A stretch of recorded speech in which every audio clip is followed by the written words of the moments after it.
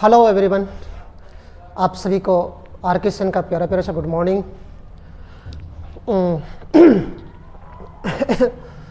BSc part 1 के बच्चे जो भी अभी स्टडी पीरियड में हैं वो उसके लिए एक गोल्डन अपॉर्चुनिटी है, क्योंकि मैं पिछली क्लास बता चुका था कि क्लास में मैंने लगभग में फिजिकल और इनऑर्गेनिक के सिलेबस को कंप्लीट कर चुका हूँ, लेकिन ऑर्गेनिक के जो पैकेज होंगे वो आपके ऑनलाइन ही चलेंगे। इसलिए पार्ट 1 के बच्चे के लिए गोल्डन अपॉर्चुनिटी है, वो ज़रूर ही चैनल को सब्सक्राइब कर लें, इससे आपको एक्स्ट्रा एडवांटेज मिलेंगे। तो हम लोग ऑर्गेनिक केमिस्ट्री में बीएससी पार्ट 1 में जो यहाँ पर शुरू किए हुए थे बॉन्डिंग एंड स्ट्रक्चर, तो पिछले क्लास में हम लोग सिलेबस को लिखाए थे और उस सिलेबस में हाइब्रिडाइजेशन को हम लोग डिस्कस कर चुके थे। और हाइब्रिडाइजेशन में हम लोग आज जो देखेंगे उसकी मेन फीचर्स क्या है, मेन फीचर्स में उसके मेन पॉइंट्स क्या है, उसको आज हम लोग देखेंगे। जैसे कि आपको बोर्ड पर दिख रहा होगा कुछ इंपॉर्टेंट फीचर्स लिखे हुए हैं।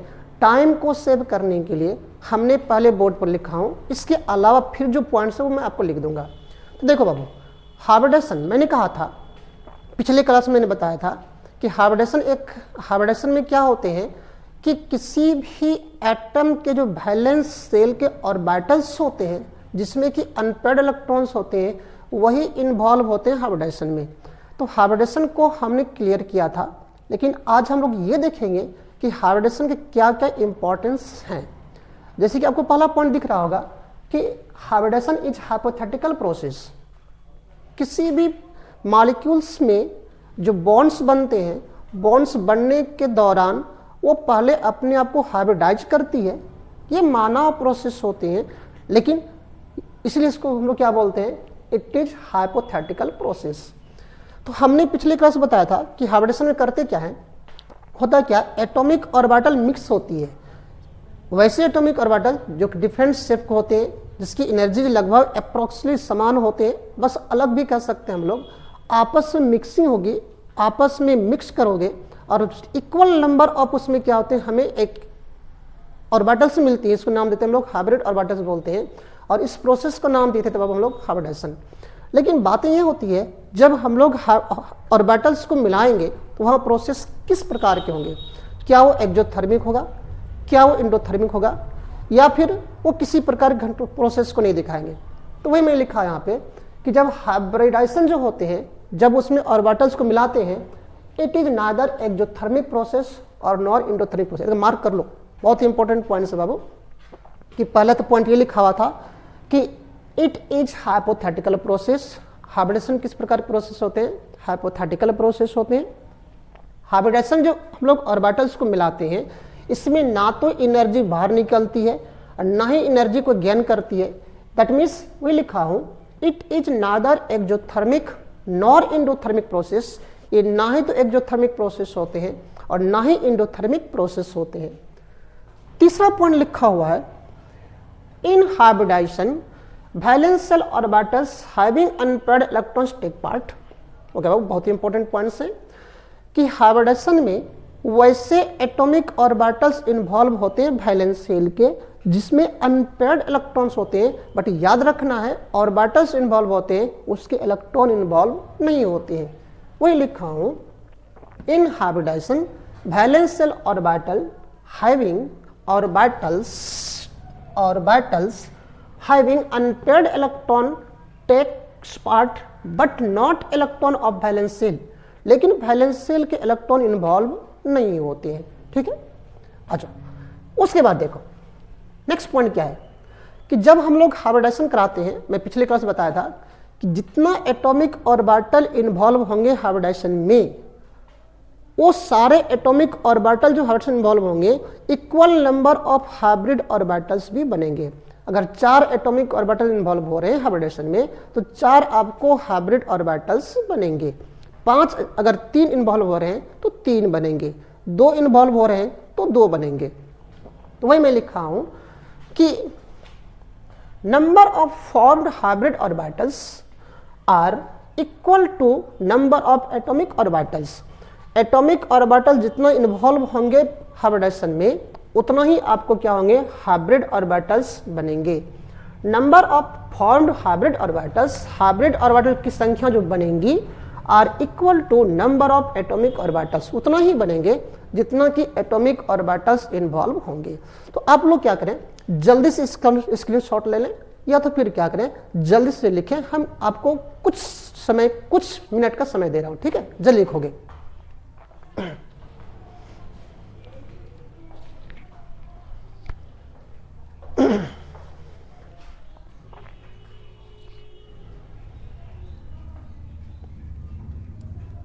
लिख लिया होंगे। नेक्स्ट पॉइंट देखो, नेक्स्ट पॉइंट मैं लिख रहा हूं, फिफ्थ पॉइंट। जब भी हाइब्रिडाइजेशन का आपको प्रॉपर्टी पूछे तो इन सारे पॉइंट्स को क्या करना, जाकर लिख देना है। नेक्स्ट पॉइंट लिखेंगे कि हाइब्रिडाइजेशन के कारण जितने भी आपको हाइब्रिड ऑर्बिटल्स बनेंगे सभी की एनर्जी समान होंगे और सभी के शेप भी समान होंगे, जो कि हमने पिछले क्लास में डिस्कस किया था। अगर कोई बच्चे अगर आज इस वीडियो को देख रहे हो तो जरूर ही पिछले क्लास के लेक्चर को जरूर देख लें, उससे आपको फायदा पहुंचाएगा टॉपिक को समझने में। फिफ्थ पॉइंट हम लोग लिखेंगे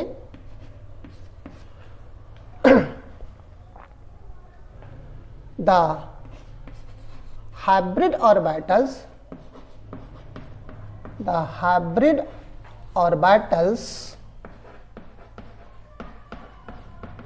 जो हमें हाइब्रिडाइजेशन में जो हाइब्रिड ऑर्बिटल्स बने थे, है ना, the hybrid orbitals have equivalent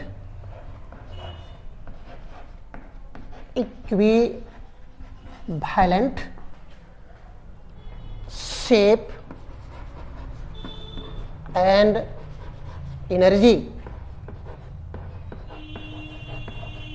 hybridisation के कारण जो आपको हाइब्रिड ऑर्बिटल्स बनेंगे उन सभी की शेप और एनर्जी क्या होंगे, समान होंगे। ओके बाबू। नेक्स्ट पॉइंट, और जो हाइब्रिड ऑर्बिटल्स बने तो मैंने बताया था को हाइब्रिड ऑर्बिटल्स अपने आप को 3 डायमेंशनल स्ट्रक्चर में इस प्रकार से ओरिएंट कर लेते हैं ताकि उसमें मिनिमम रिपल्सन हो। अगर जितना ही कम रिपल्सन होगा उसमें स्टेबिलिटी उतना ही अधिक आएंगे। ठीक है, मैंने नेक्स्ट पॉइंट लिखूं, the hybrid orbitals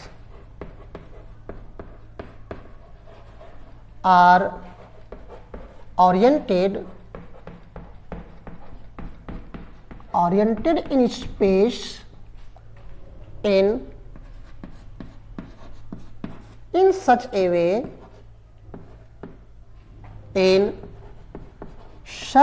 way so that, हालांकि ये पॉइंट मैंने पिछले क्लास में लिखा था, so that minimum repulsion, so that to minimize, so that minimum, देखो अब मैंने मिनिमम को शॉर्ट में लिखा हूं, minimum repulsion, okay Babu, and maximum stability. याद रखें, जहां जितना ही ज्यादा रिपल्सन, जितना कम रिपल्सन होगा मॉलिक्यूल की स्टेबिलिटी उतना ही ज्यादा बनेंगे। जल्दी से लिखोगे,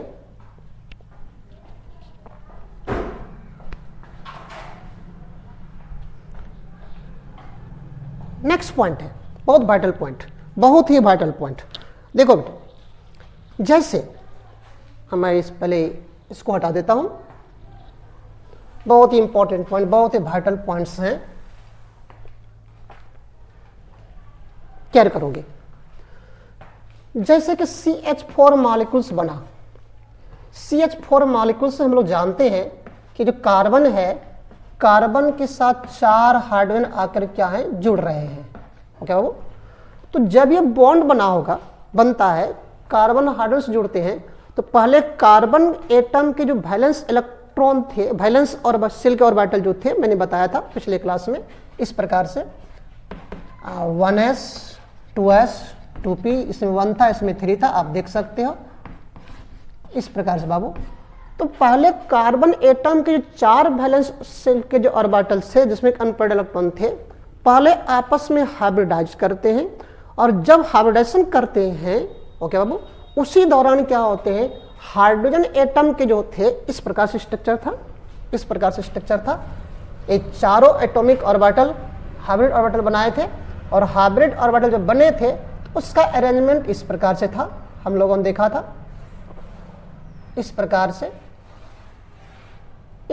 से था टेट्राहेड्रली। जब ये एटॉमिक ऑर्बिटल्स ओवरलैप हाइब्रिडाइज किए, हाइब्रिडाइजेशन करने के दौरान ही अब हाइड्रोजन के एटम आएंगे और हाइड्रोजन के एटम आकर इसमें क्या करते हैं, अपना ओवरलैपिंग करते हैं और ओवरलैपिंग करने के कारण आपको मिलेंगे कार्बन है। इस कार्बन से टेट्राहेड्रली कौन जुड़ते हैं, आपके पास 4 तो हाइड्रोजन जुड़कर आपको मॉलिक्यूल्स बनाता है। तो यहाँ पे क्लैरिफिकेशन ये होता है कि जब कोई मॉलिक्यूल्स बनता है, उस मॉलिक्यूल्स बनने के दौरान पहले तो एटॉमिक ऑर्बिटल्स अपने आप को ओवरलैप करता है, हाइब्रिडाइज करता है, और उसी दौरान क्या करते हैं, एटॉमिक ऑर्बिटल ओवरलैपिंग भी करती है। दैट मीन्स यहाँ पर ये क्लैरिफिकेशन हुआ कि हाइब्रिडाइजेशन और ओवरलैपिंग की जो प्रोसेस होती है बाबू, वो दोनों क्या होती है, साथ साथ होती है। याद रखना, कभी भी मॉलिक्यूल जब बनते हैं, मॉलिक्यूल बनने के दौरान जो हाइब्रिडाइजेशन होते हैं और जो ओवरलैपिंग होते हैं, दोनों प्रोसेस क्या होते हैं, साथ साथ होते हैं। मैं लिखूं, अगला पॉइंट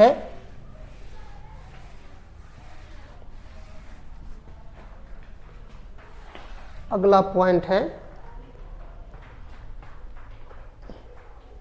जितना पॉइंट हो पॉइंट जरूर लिख लेंगे आप लोग।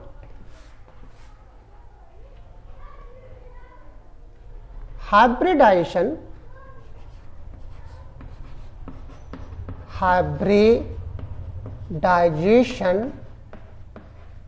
And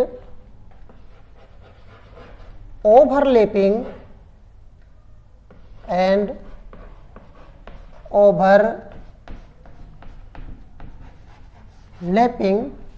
takes place simultaneously.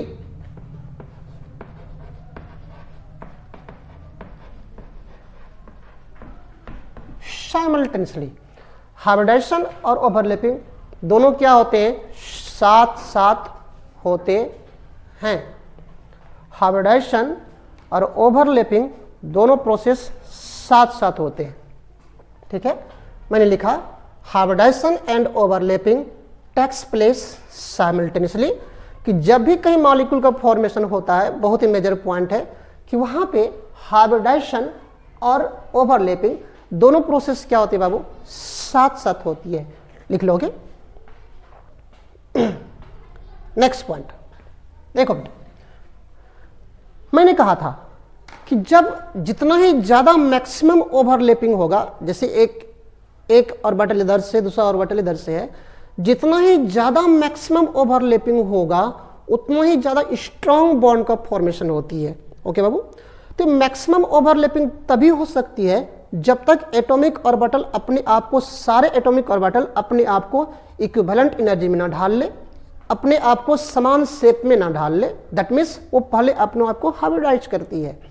याद रखना कि हाइब्रिडाइजेशन और जो आपके पास ओवरलैपिंग होते हैं वो दोनों साथ साथ की प्रोसेस होती है, और जितना ही ज्यादा ओवरलैपिंग की प्रोसेस होंगे उतना ही स्ट्रॉन्ग बॉन्ड का फॉर्मेशन होती है। इसलिए बॉन्ड बनने से पहले, याद रखना बाबू, बॉन्ड बनने से पहले एटॉमिक ऑर्बिटल अपने आप को क्या करती है, हाइब्रिडाइज्ड कर लेती है, ताकि मैक्सिमम ओवरलैपिंग हो। और मैक्सिमम ओवरलैपिंग होगा फिर क्या होगा, वहां पे सभी की मैक्सिमम ओवरलैपिंग होगा तो क्या होगा, स्ट्रॉन्ग बॉन्ड का फॉर्मेशन होगा। मैं फिर से बोल रहा हूं बाबू कि हाइब्रिडाइजेशन में क्या होता है कि सभी जो एटॉमिक ऑर्बिटल्स अपने आप को हाइब्रिडाइज कर लेते हैं, सभी का शेप क्या होती है, समान हो जाती है, और उसकी एनर्जी भी क्या होती है, समान हो जाते हैं, जिसके कारण अब उस एटॉमिक ऑर्बिटल से, उस हाइब्रिड ऑर्बिटल से कोई भी एटॉमिक ऑर्बिटल मैक्सिमम ओवरलैपिंग करेगी, और मैक्सिमम ओवरलैपिंग करेंगे तो फिर वहां पर क्या होगा, स्ट्रॉन्ग बॉन्ड का फॉर्मेशन होगा। तो याद रखना इसीलिए कि बॉन्ड ओवरलैपिंग करने से पहले क्या होता है, एटॉमिक ऑर्बिटल अपने आप को अच्छी प्रकार से हाइब्रिडाइज कर लेती है। मैं लिखूं नेक्स्ट पॉइंट, जितना पॉइंट हो maximum the overlapping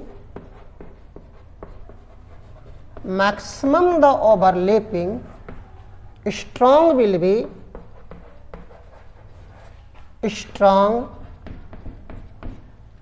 be bond formation। जितना ही ज्यादा आपके पास ओवरलैपिंग होगा उतना स्ट्रॉन्ग बॉन्ड का फॉर्मेशन होती है। देयरफॉर प्रियर, पहले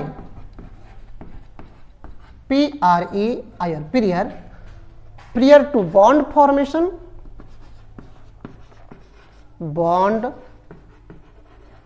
फॉर्मेशन, इसलिए बॉन्ड बनने से पहले वो अच्छी तरह से अपने आप को तैयार कर लेती, किस लिए? हाइब्रिडाइजेशन के लिए। Therefore prior to bond formation, bond बनने से पहले हाइब्रिडाइजेशन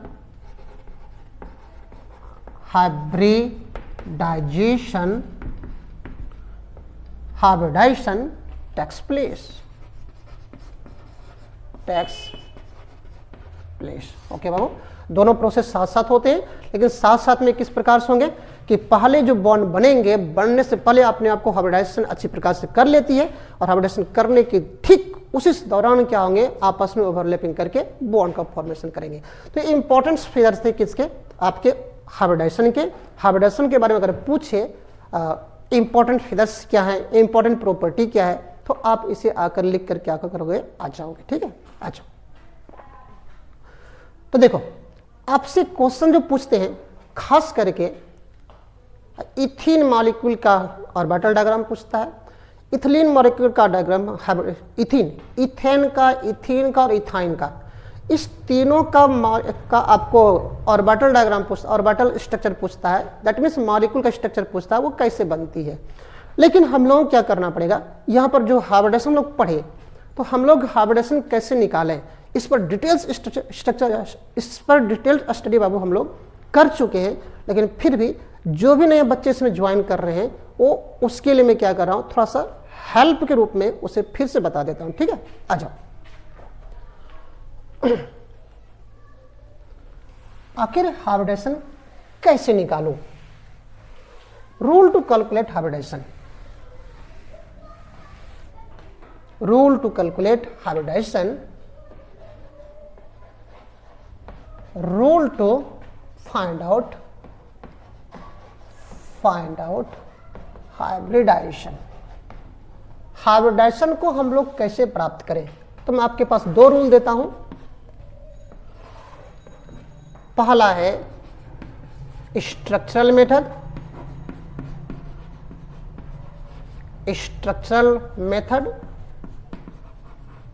और इस स्ट्रक्चरल मेथड से आप किसी भी मॉलिक्यूल की हाइब्रिडेशन को निकाल सकते हो, बट हाँ इसके लिए कंडीशन क्या है, आपको उसका स्ट्रक्चर ड्रॉ करने के लिए आना पड़ेगा।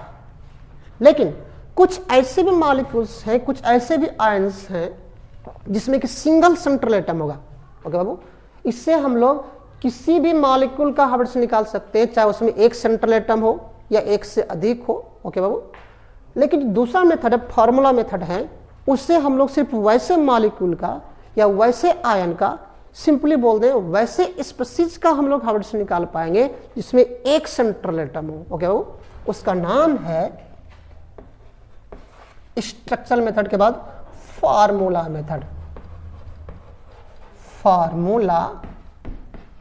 मेथड। याद रखें, हम लोग इससे किसी मॉलिक्यूल का निकाल सकते हैं, चाहे उसमें एक सेंटर हो या एक से अधिक हो, लेकिन इससे हम लोग सिर्फ वैसे ही स्पीशीज का निकाल पाएंगे जिसमें कि सिर्फ और सिर्फ क्या हो, सिंगल सेंट्रल में एटम हो, जैसे कि अभी मैं बताऊंगा। ठीक है, इससे कैसे निकालोगे, चाहे ये हो चाहे ये हो या ये हो, दोनों को निकालने के लिए पहले आपको हाइब्रिड ऑर्बिटल जानना पड़ेगा।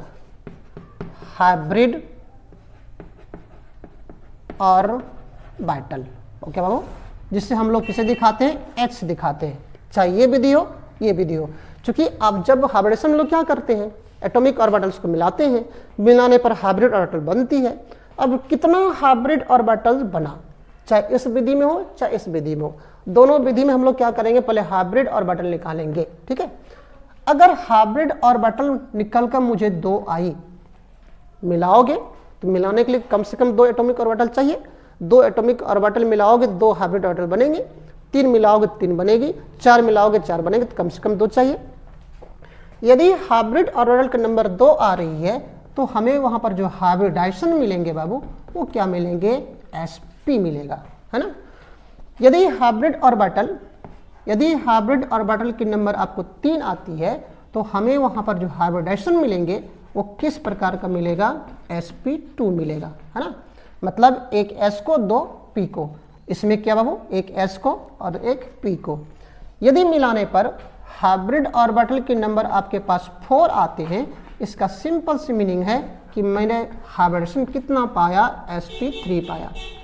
तो याद रखें कि अगर हम लोग ऑर्गेनिक केमिस्ट्री पढ़ रहे हैं तो ऑर्गेनिक केमिस्ट्री में हमें सिर्फ sp, sp2, sp3 ही मिल पाएंगे। क्यों?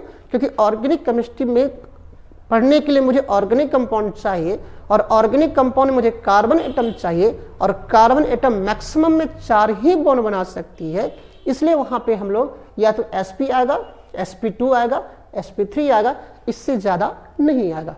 लेकिन इसके बियॉन्ड अगर आपके पास इनऑर्गेनिक से क्वेश्चन कर रहा है, कहीं और आयन से क्वेश्चन कर रहा है, तब हमको कुछ और करना पड़ेगा, इससे आगे जाना पड़ेगा। मैं फिर से बोल दूं, ऑर्गेनिक केमिस्ट्री लिमिटेड इतना के लिए ही, लेकिन अगर उसके अलावा और कहीं पर आता है, इनऑर्गेनिक कंपाउंड के लिए आता है, जब इनऑर्गेनिक केमिस्ट्री पढ़ोगे तब जो होती है, तो वहां पे अगर इन सब से निकालने के बाद हाइब्रिड ऑर्बिटल के नंबर हमें 5 आई, कैसे निकालेंगे हम बताएंगे।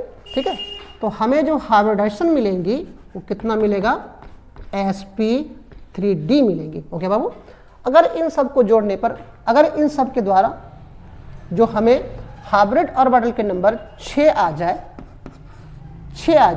तो हाइब्रिडाइजेशन में मुझे कितना मिलेगा, तो हाइब्रिडाइजेशन जो मिलेगा sp3d2 मिलेंगे। 3 2 5 1 6।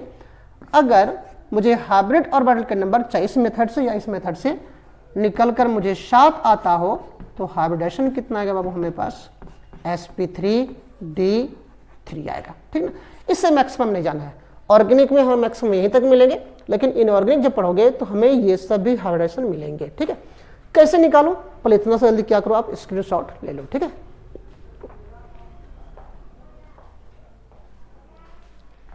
जल्दी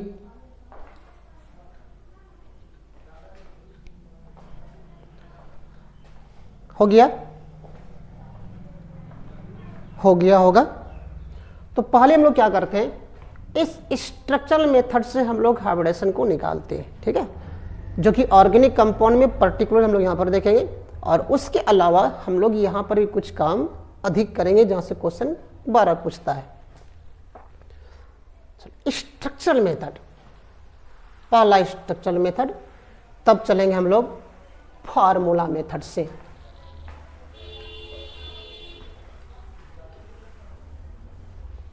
पहला है स्ट्रक्चरल मेथड से कैसे निकालो।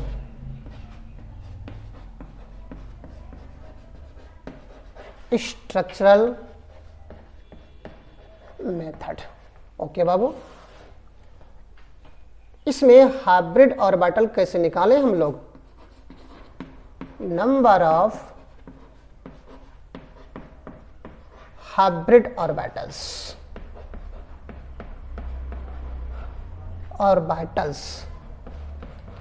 H बराबर निकालने का मेथड है sigma bond plus lone pair, है ना। हालांकि कोऑर्डिनेट बॉन्ड भी करते हैं, लेकिन हम लोग कोऑर्डिनेट बॉन्ड को सिग्मा बॉन्ड में ट्रीट कर लेंगे। LP मतलब lone pair, sigma bond plus lone pair. Sigma bond को जोड़ो और लोन पेयर को जोड़ो, और आपको जोड़ने पर जितना H मिलेगा वो हमें क्या देगा, हाइब्रिड ऑर्बिटल देगा। और हाइब्रिड ऑर्बिटल किस प्रकार से आएंगे, या 2 आ सकते हैं, या 3 आ सकते हैं, या 4 आ सकते हैं, या 5 आ सकते हैं, 6 आ सकते हैं, 7 आ सकते हैं। लेकिन ऑर्गेनिक में आपको मैक्सिमम में sp मैक्सिमम आपको 4 ही मिलेंगे। ठीक है, देखो बेटा, जैसे एग्जाम्पल है, हमें CH4 मॉलिक्यूल में कार्बन का निकालना है। ठीक है, तो पहले आपको इसका स्ट्रक्चर ड्रॉ करना पड़ेगा, स्ट्रक्चर आनी चाहिए तभी तो बना पाओगे, नहीं तो नहीं बना पाओगे। ये सब जानते हैं हम लोग कि कार्बन के पास कोई लोन पेयर होता नहीं, टेट्रावैलेंट होते हैं। क्यों? क्योंकि कार्बन के वैलेंस इलेक्ट्रॉन कितने होते हैं? 4 होते हैं, और चारों का चारों बॉन्ड बनाने में इन्वॉल्व हो जाती है, इसलिए कार्बन के पास कभी भी आपको लोन पेयर नजर नहीं आएगी। सिग्मा बॉन्ड पाई बॉन्ड की बात आई तो हम लोग कई बार बोल चुके हैं, हालांकि बॉन्डिंग में सब कुछ क्लियर कर चुके हैं, लेकिन पहचानने के लिए बता चुके हैं। जहां भी आपको सिंगल बॉन्ड मिले वो सिग्मा बॉन्ड होती है, और जहां भी आपको 1-2 एटम के बीच एक से अधिक बॉन्ड मिले उनमें से एक सिग्मा होगा, बाकी क्या होंगे? पाई होगी।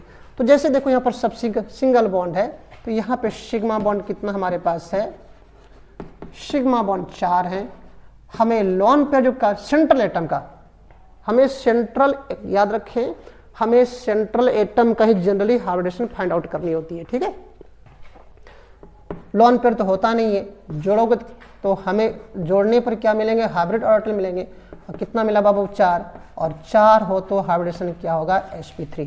दैट मीन्स मीथेन में कार्बन का कितना होगा? sp3 होंगे, ठीक है। अच्छा, जैसे कि आपके पास इस प्रकार से हमने कोई एक मॉलिक्यूल ड्रॉ किया हो, ठीक है बेटा। चलो हम क्या करते हैं, इसे ऐसा करते हैं, CH3 CH double bond CH3 triple bond. Okay, आपके पास ऐसा कोई मॉलिक्यूल दिया हुआ है, इस मॉलिक्यूल में मुझे इस कार्बन का, इस कार्बन का, इस कार्बन का, इस कार्बन का और इस कार्बन का हाइब्रिडेशन चाहिए।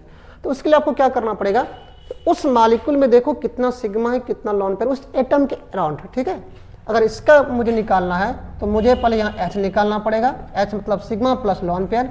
सिग्मा देख सकते हो हाइड्रोजन है, और एक ये 4 सिग्मा है, कार्बन के पास तो कोई लोन पेयर होता नहीं है, तो 4 है, तो फिर क्या होगा बाबू? हाइब्रिडेशन क्या होगा हमारे पास? sp3 होगा।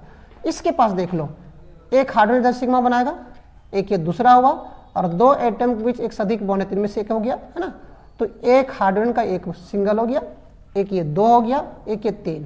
तो यहाँ पे अगर आप चलते हो तो H कितना आएगा? हमें मिलकर 3 आएगा। कार्बन के पास तो कोई लोन पेयर होता नहीं है, तो 3 आएंगे, तो हमें हाइब्रिडेशन कितना मिलेगा बाबू? sp2 मिलेगा। इस कार्बन एटम के पास अगर आकर पूछते हो तो H निकालो, H निकालोगे, एक सिग्मा प्लस लोन पेयर, तो सिग्मा कितना बेटा? एक देखो ये सिग्मा मिलेगा, दूसरा हाइड्रोजन बनाएगा, तीसरा ये मिलेंगे, लोन पेयर तो होता नहीं है, तो फिर कितना आएगा? 3 आएगा, 3 आएंगे तो क्या आएगा? sp2 आएगा।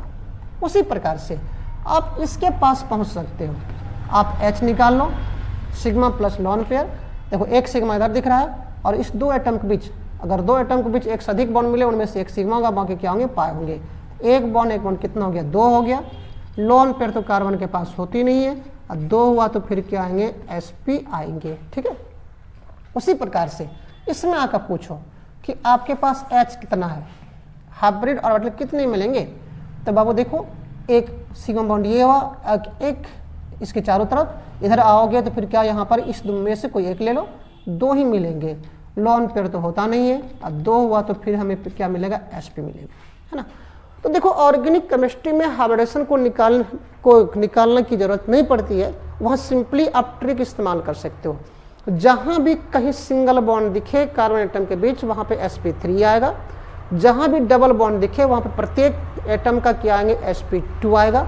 और जहाँ भी ट्रिपल बॉन्ड दिखे वहाँ पर प्रत्येक एटम का क्या आएगा? sp आएगा। जैसे आपको यहाँ दिख रहा होगा, क्योंकि प्रत्येक बॉन्ड सिंगल बॉन्ड था तो इसलिए यहाँ पर sp3 आया। यहाँ भी देख सकते बाबू, प्रत्येक बॉन्ड सिंगल बॉन्ड था इसलिए यहाँ पे sp3 आया।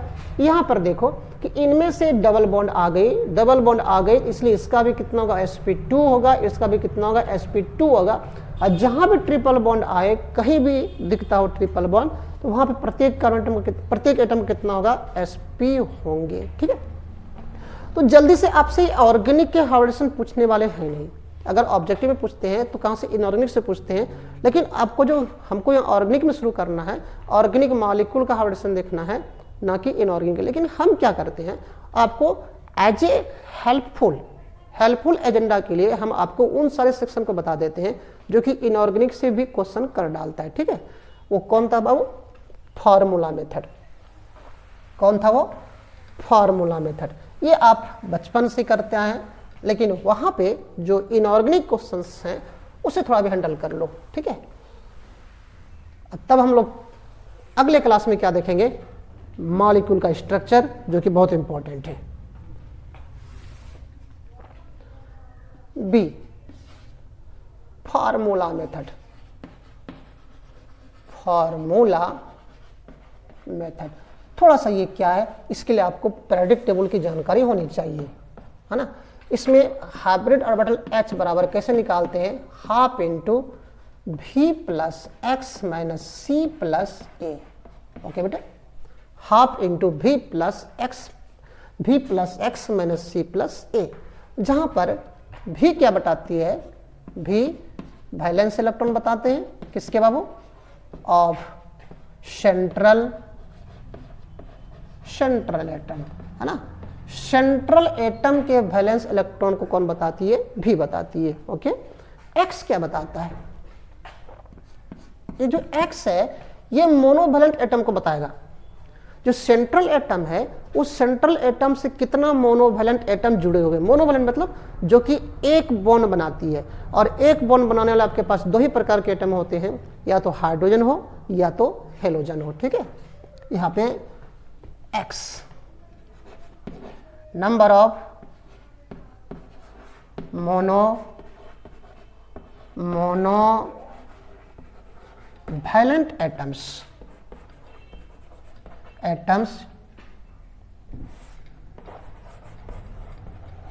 कहां बाबू? Around central element.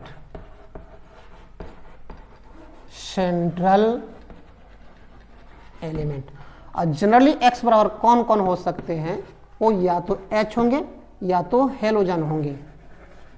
हेलोजेंस। और हेलोजन में कौन कौन आते हैं? या तो फ्लोरीन, या तो क्लोरीन, या तो ब्रोमीन, या तो आयोडीन। जनरली यही लोग क्या करते हैं? आपको मोनोवैलेंट होते हैं। C क्या बताएगा? नंबर ऑफ कैटायंस, है ना। कैटायन की संख्या कितना है, मतलब उसमें कितने चार्जेस हैं। Number of cations. ओके बेटा। और ए क्या बताएगा? नंबर ऑफ एनायंस बताएंगे। ठीक है, तो इस फार्मूला से बनाने के लिए आपको इस फार्मूला में क्या क्या है उसके उस इंटिटीज को, उस क्वांटिटी को आपको जानना पड़ेगा। जल्दी से नोट कर लोगे?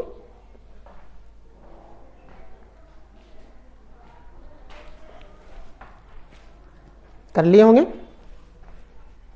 चलो हम लोग इस फार्मूला पर काम करेंगे, लेकिन बहुत आज कम ही काम कर पाएंगे।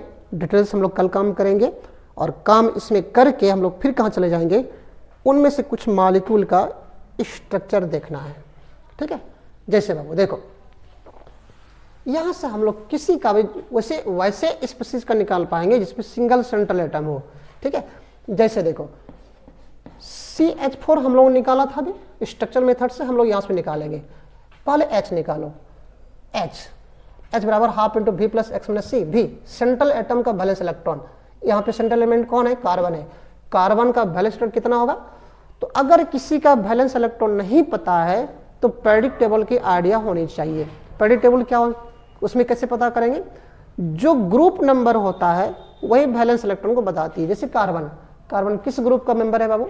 चौथा ग्रुप का मेंबर है, फोर्थ का मेंबर है, इसलिए इसके कितने वैलेंस इलेक्ट्रॉन होंगे? हमारे पास 4 होगा। ठीक है, तो मैं इसके लिए निकालूं, H निकाल रहा हूं, हाफ इंटू V कितना?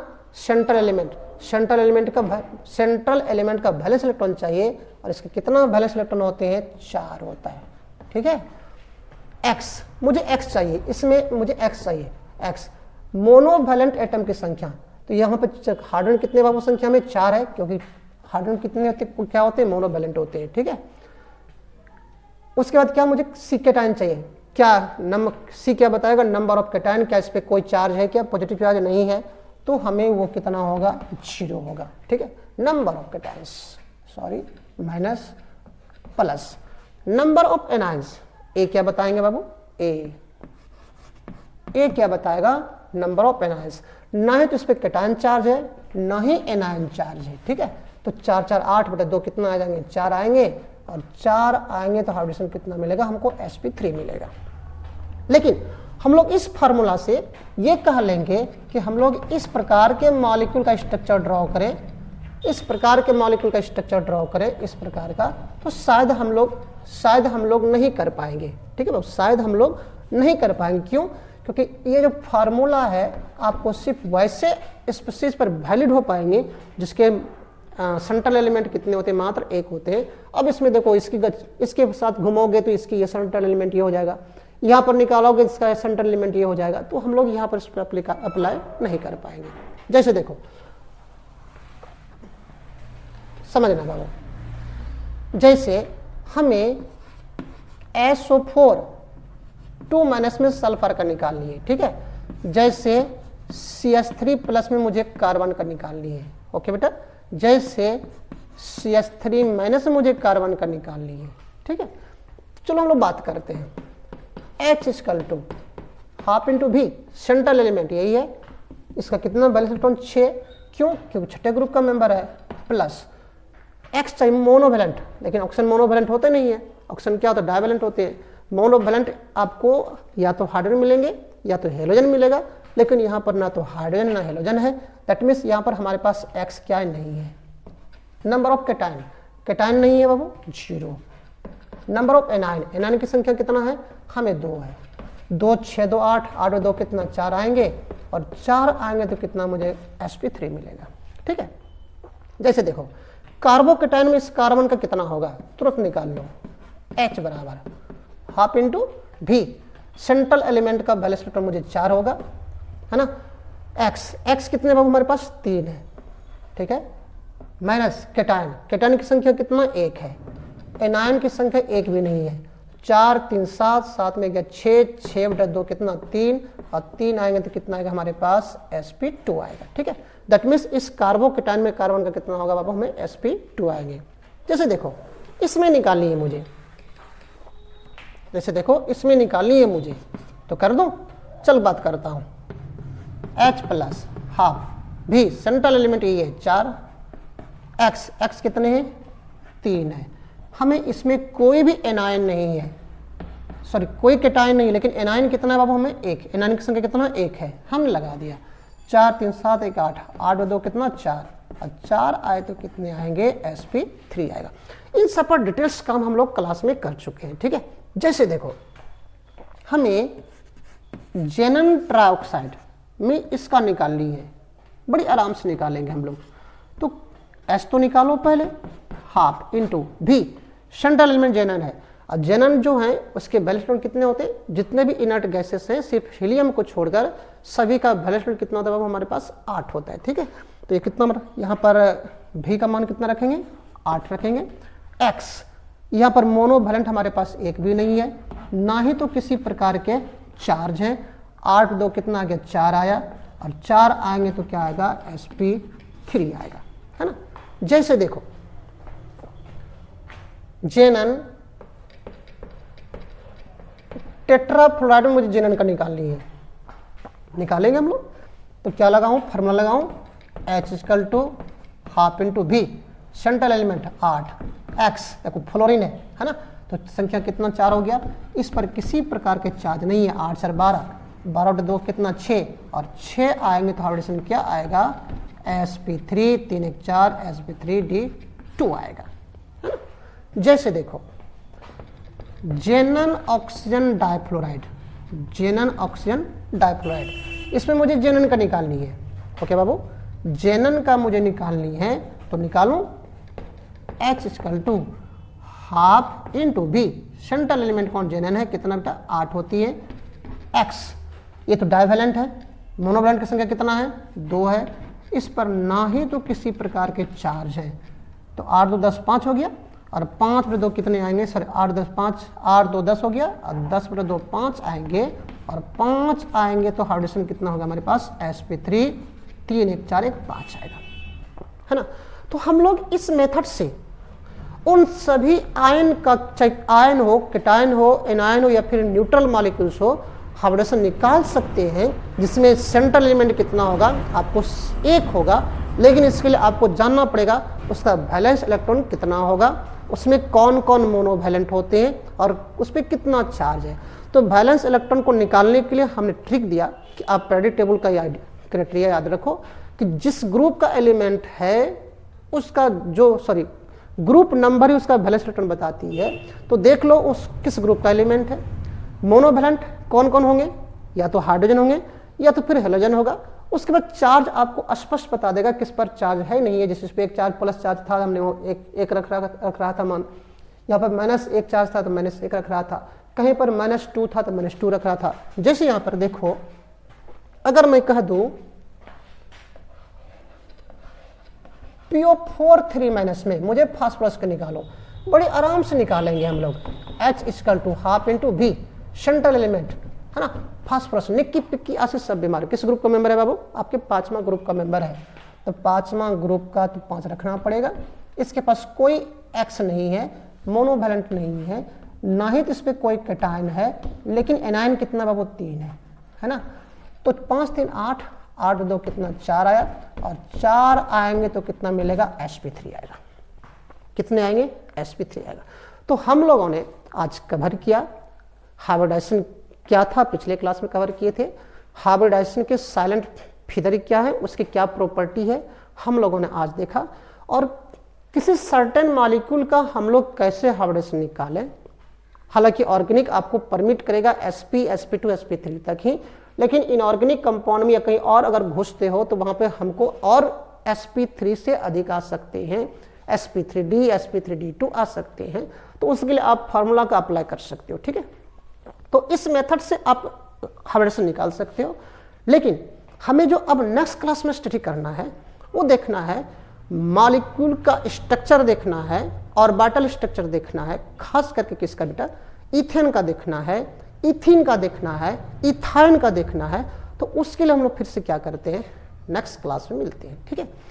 तो आप लोग जितने बच्चे हैं पार्ट 1 के, वो जरूर ही अपने जो फ्रेंड्स हैं उस फ्रेंड्स को भी क्या करो, कहो कि वो ज़्यादा से ज़्यादा चैनल को सब्सक्राइब करें। उससे क्या होगा, हमारी कोई वीडियो आएगी तो आपके पास पहुंच जाएंगे, और इससे क्या होगा, आप घर बैठे ही आराम से ऑर्गेनिक का स्टडी कर सकते हो, वो भी क्या, ज़बरदस्त अंदाज में, ठीक है। तो चलो हम लोग फिर क्या करते हैं, नेक्स्ट क्लास में मिलते हैं। तब तक के लिए सभी प्यारे प्यारे बच्चों को RK सेन का thank you, best of luck.